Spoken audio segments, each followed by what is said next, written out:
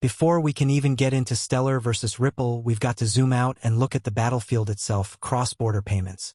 And I'll be honest with you, it's 2025, and moving money across borders is still a headache. Yes, fintech has made some things easier. Yes, we've got apps like Wise, PayPal, and Revolut doing their best to give people faster, cheaper options. But at the core, the system is still weighed down by the same issues it had decades ago. Fees that eat into people's money, delays that make instant a fantasy, and compliance checks that can freeze transactions in limbo for days. Now, if you've never had to send money abroad, it's easy to underestimate just how painful this can be. But if you talk to migrant workers, small business owners, or even students paying tuition overseas, you hear the same stories again and again. Someone tries to send $200 home, and $15 vanishes in fees. Someone else wires funds for an import-export deal, and the money takes 3 business days to settle. Worse, sometimes it just doesn't show up at all until you chase down the bank. And we're not talking about small sums here. The Bank for International Settlements estimates that the cross-border payments market is now worth more than $150 trillion annually. That's not a typo. $150 trillion moves around the world every year, and much of it still travels through rails that look like they were built in the 1970s. This is where blockchain promised to swoop in as a savior. The idea is simple. Instead of relying on correspondent banks, outdated SWIFT messages, and intermediaries that each take a cut, you can have a distributed ledger that instantly records and settles value. No waiting 3 days. No middlemen charging tolls. Just direct, borderless value transfer. And while Bitcoin was the proof of concept, it was never designed to be a cross-border payments workhorse. The real fight for this market has always been between 2 players. Ripple, with its XRP-powered RippleNet, and Stellar, with its XLM-powered network of anchors and partnerships. Think of Ripple as the banker's blockchain. It's been laser-focused on courting large financial institutions, central banks, and payment providers. Its pitch is basically, hey, you don't have to rip out your entire infrastructure. Just plug into RippleNet, use XRP as a bridge asset, and you'll be able to settle faster and cheaper. On the other side, you have Stellar, which plays a very different tune. Instead of targeting giant banks first, Stellar has gone grassroots. It's focused on NGOs, remittance providers, and fintech apps that actually touch everyday people.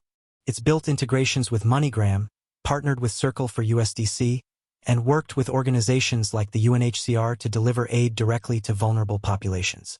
And here's the interesting thing. Both strategies make sense.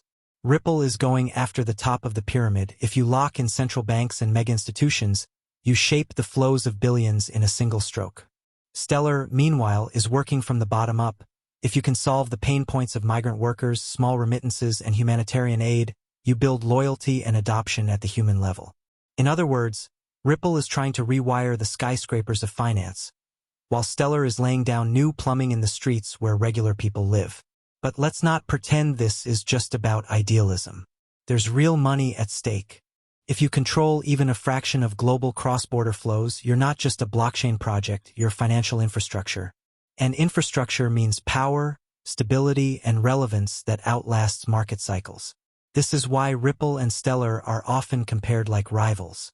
Because in a sense, they're chasing the same prize, becoming the rails of global money movement. Now, in 2025, the battlefield has shifted.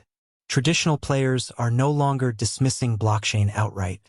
After years of skepticism, banks, regulators, and governments are starting to acknowledge that distributed ledgers can actually improve the plumbing of finance. Stablecoins have exploded not just on Ethereum, but across multiple chains. Central bank digital currencies, CBDCs, are in pilot or production in dozens of countries. And this wider shift toward digital money means that networks like Ripple and Stellar aren't fighting to prove blockchain is real anymore. They're fighting to prove their model is the right one. So where do we stand right now? Ripple has emerged from its long war with the SEC battered but alive. That lawsuit was brutal, but it also gave Ripple something valuable: battle scars and clarity. XRP is now legally recognized as not a security in the US for secondary sales, and that regulatory clarity has boosted Ripple's credibility with banks. Meanwhile, Stellar has quietly expanded its ecosystem.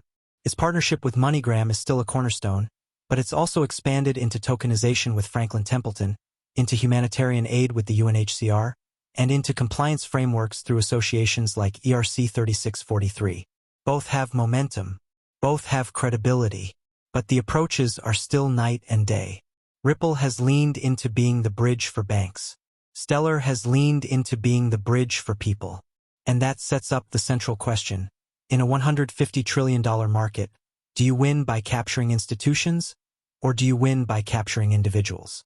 Or, and this is the plot twist, is there enough room for both to thrive in different lanes? That's the story we're about to unravel. Because the truth is, this payments race isn't just about two tokens on a chart. It's about two philosophies of how money should move in the 21st century. Ripple believes you modernize the system by upgrading the incumbents. Stellar believes you modernize the system by replacing it where it fails ordinary people. And in 2025, both approaches are being tested in real time. Ripple and Stellar are playing the same game, but they're using totally different playbooks. It's almost like watching two athletes with different styles compete in the same sport. One relies on brute strength, the other on speed and agility. Both can win, but the way they approach the game tells you a lot about what kind of player they want to be. Let's start with Ripple. Ripple has always pitched itself as the banker's blockchain. From the very beginning, their approach was clear. Target financial institutions, central banks, and big payment companies. RippleNet, their flagship network, is basically a closed-loop club of banks and money movers. Join the club, and you get access to faster settlement times, lower costs, and optional liquidity through XRP. It's a very top-down strategy. If you convince a few big players to integrate your tech, you instantly impact billions in transactions. That's the Ripple mindset. Change the system by upgrading the institutions that already run it. And to be fair, that strategy has gotten traction. Ripple has worked with Santander, SBI in Japan, and dozens of regional banks. More recently, they've been pitching XRP as a neutral bridge asset in central bank digital currency, CBDC, pilots. If you're a central bank rolling out a CBDC, one of your biggest challenges is interoperability. How do you get your digital dollar to talk to another country's digital peso or digital euro? Ripple's pitch is, let XRP be the bridge, the neutral currency that handles settlement between different systems. That's a bold strategy, and if it works, it puts Ripple at the center of global finance. Now flip over to Stellar. Stellar's playbook couldn't be more different. Instead of going after banks first, Stellar decided to build from the ground up. It focused on remittances, humanitarian aid, and real-world stablecoin use cases. It partnered with MoneyGram so that anyone could send digital assets through Stellar and cash out in local currency at one of MoneyGram's thousands of physical locations worldwide. That's a huge deal because it bridges the digital and physical worlds. Then Stellar leaned into NGOs. By working with the UNHCR and Mercy Corps, Stellar positioned itself as the blockchain for financial inclusion, the chain that helps refugees, unbanked populations, and those in crisis situations. And here's where it gets interesting. Stellar also embraced stablecoins in a big way. USDC runs natively on Stellar, and PayPal's PYUSD recently expanded there too. This is crucial because while Ripple is trying to make XRP the centerpiece of liquidity, Stellar is happy to let stablecoins do the heavy lifting. If you're a migrant worker in Europe sending money to your family in Africa, you don't want to think about volatile assets. You want a digital dollar that you can cash out as local currency with minimal fuss. Stellar understood that and leaned into it. So if we boil it down, Ripple's strategy is top-down, XRP-centric, institution-first. Stellar's strategy is bottom-up, stablecoin-friendly, people-first. Ripple wants to upgrade the skyscrapers of finance. Stellar wants to rebuild the plumbing in the streets where ordinary people live. Ripple courts the IMF, central banks, and megabanks. Stellar courts fintechs, NGOs, and grassroots users. Now, which strategy is better? That depends on how you see the future of money. If you believe the financial system is going to stay largely intact, with banks and governments still in control, Ripple's strategy looks smart. Work with the power players, give them better rails, and insert yourself as the neutral bridge in the middle. But if you believe the financial system is ripe for disruption, and that new rails will be built outside the old system, Stellar's approach makes more sense. Focus on the underserved, scale from the ground up, and let adoption grow where the need is greatest. It's also worth noting how each brand is perceived. Ripple has always had this corporate buttoned-up vibe. Their marketing is sleek, their team wears suits, and their pitch decks look like they were designed for Davos. Stellar, on the other hand, has positioned itself as a more open, accessible network. Its ties to NGOs and its emphasis on humanitarian work give it a different kind of credibility. It's not about selling to boardrooms, it's about solving problems for real people. And that difference shows up in the communities too. Ripple's XRP army is passionate, no doubt about it, but a lot of the excitement is tied to price speculation and the dream of banks flipping the switch and suddenly using XRP for trillions in liquidity. Stellar's community, while smaller, tends to focus more on real-world use cases, remittances, stablecoins, NGO partnerships. Both are passionate, but the narratives are different. Ripple is, the bankers are coming. Stellar is, we're already helping people. One last thing to call out, regulation. Ripple has fought tooth and nail in U.S. courts, and while that's given it scars, it's also given it clarity. XRP is not a security in the secondary market, that's a win. Stellar, meanwhile, avoided that fight altogether by leaning into compliance-first partnerships. It worked with regulators, joined compliance associations, and positioned itself as the blockchain that plays nice with the rules. Two very different approaches, but both aimed at the same goal: long-term legitimacy. So when you compare these two playbooks side by side, it's not that one is right and the other is wrong. They're just different bets on how the world will evolve. Ripple's bet is that banks and governments will always sit at the top of the pyramid. Stellar's bet is that grassroots adoption will bubble up from the bottom and force the system to adapt. And in 2025, both strategies are being tested in real time. If Ripple and Stellar were superheroes, partnerships would be their superpowers. This isn't just about who has the best technology anymore. It's about who can line up the strongest allies, because in global finance, credibility is borrowed until it's earned. And when you're dealing with money, nobody wants to be the first mover unless they know the giants are standing with you. So let's talk partnerships. Ripple's Rolodex. Ripple has always leaned heavily into partnerships with big-name institutions. That's been their bread and butter. From the early days, they weren't pitching to the average user. They were pitching to banks, payment processors, and eventually central banks. That's why you'll hear names like Santander, Bank of America, SBI Holdings in Japan, and Tranglo in Asia connected to RippleNet. But Ripple's real crown jewel partnerships are now in the CBDC space. This is Ripple's big play. They're courting central banks directly, offering their tech stack to help countries roll out central bank digital currencies. That's not just a partnership. That's embedding Ripple at the core of national monetary systems. And if even a handful of countries adopt Ripple's framework with XRP as a liquidity tool, that's game-changing. Another interesting piece of Ripple's partnerships puzzle is how they've built a network of liquidity providers. Think about it like this. If Ripple wants XRP to be the bridge currency for global settlement, they need exchanges, banks, and fintechs lined up to provide instant liquidity on demand. And that's exactly what Ripple has been working toward. Not just one-off partnerships, but an interconnected web of partners that makes XRP more useful the more people join. Stellar's web. Now, Stellar plays the partnership game differently. It's not about snagging one or two mega institutions.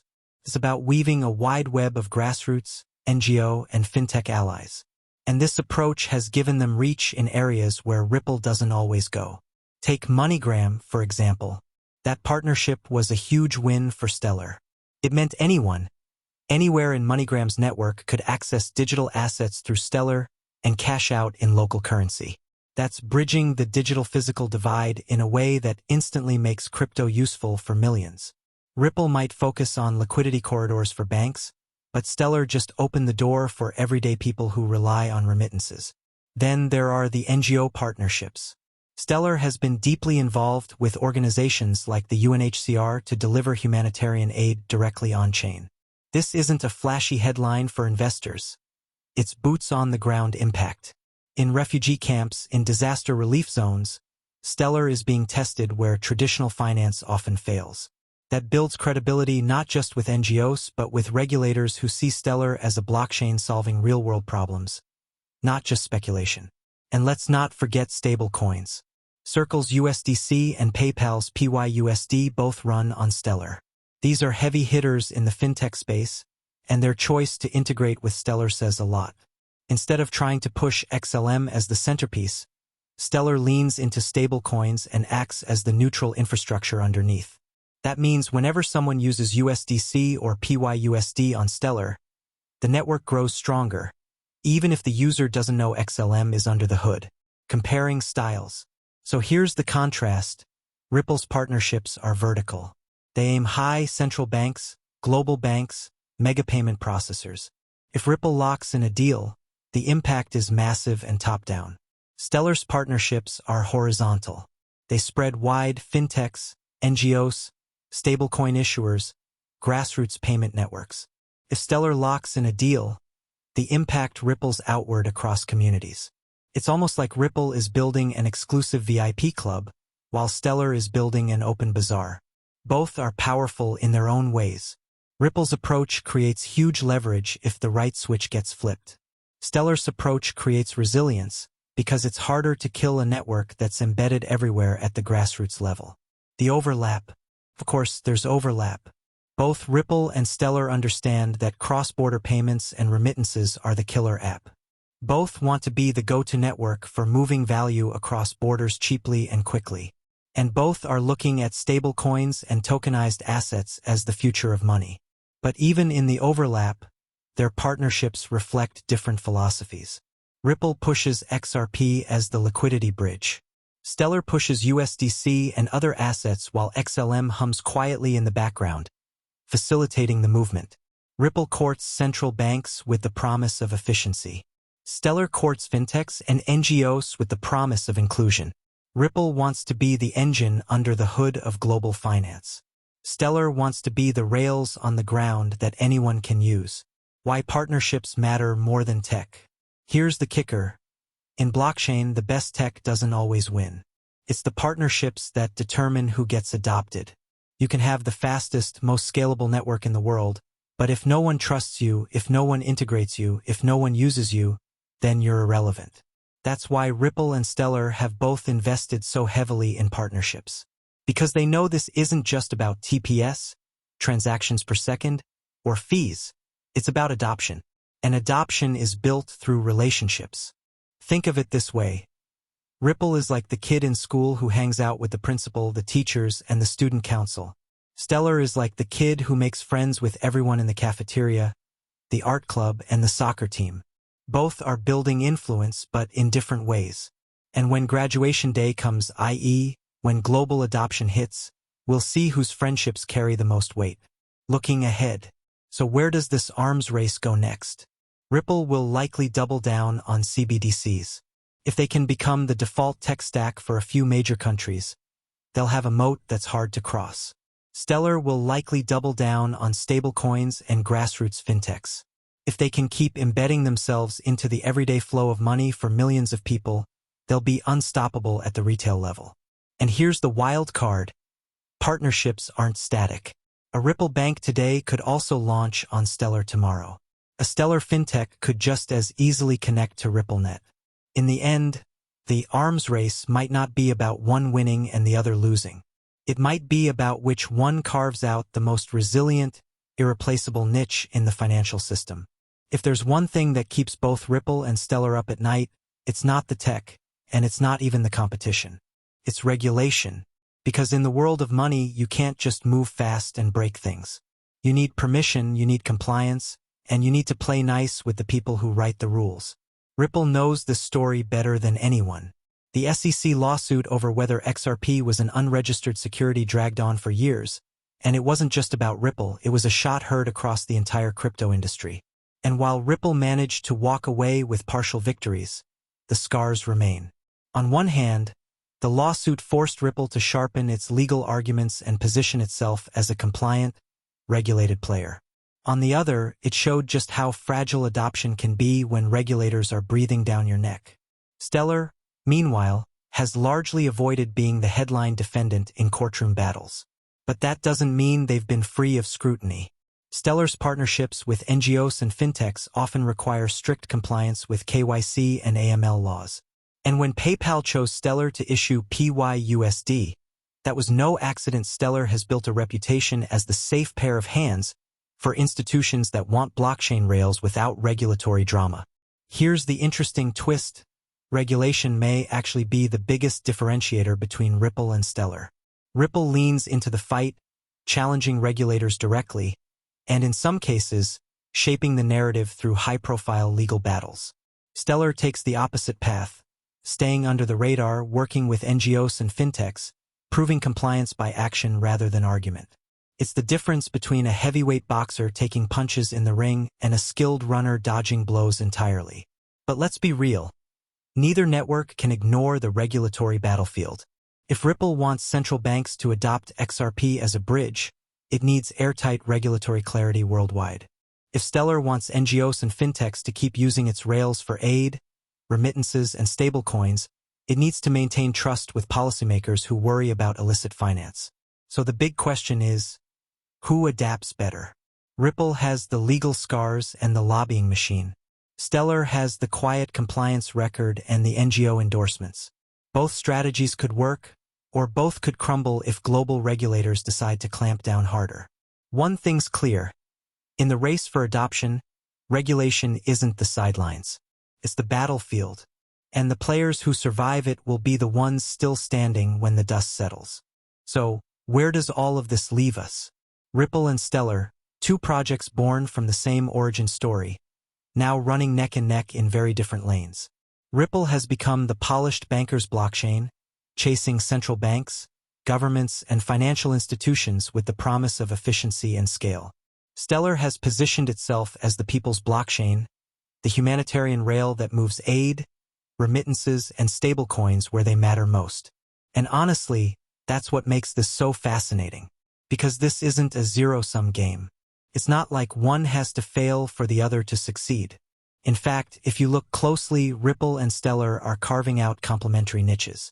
Ripple could dominate the CBDC and institutional corridor, while Stellar keeps embedding itself in fintechs, NGOs, and everyday payments.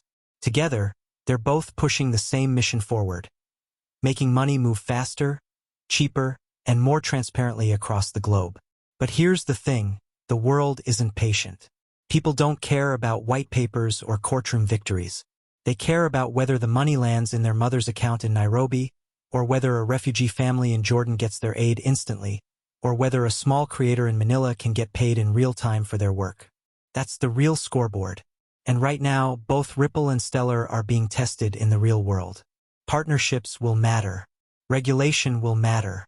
But in the end, usage will matter most. Because once people start using something, it's very hard to take it away. That's how we got hooked on credit cards, on mobile money, on instant messaging, and that's how the next wave of financial infrastructure will be built. So what's the takeaway here? If you're watching Ripple and Stellar, don't just track the price of XRP or XLM. Watch the corridors being built. Watch the NGOs going live. Watch the banks signing on, the fintechs rolling out integrations, the governments experimenting with pilots. Because that's where the story is being written. And here's my challenge to you. Don't just be a spectator. If you're in crypto, if you're curious, if you care about the future of money, start learning, start using, start testing these networks for yourself. Maybe that means trying a cross-border payment with Stellar. Maybe that means following Ripple's CBDC pilots closely. Maybe it just means keeping an open mind while the narrative unfolds. At the end of the day, the question isn't Ripple or Stellar. It's whether either of them, or maybe both together, can finally deliver on the promise blockchain has been dangling in front of us for over a decade. A world where money moves like information. So stick around, because the story's still being written, and trust me, you'll want to see how it ends.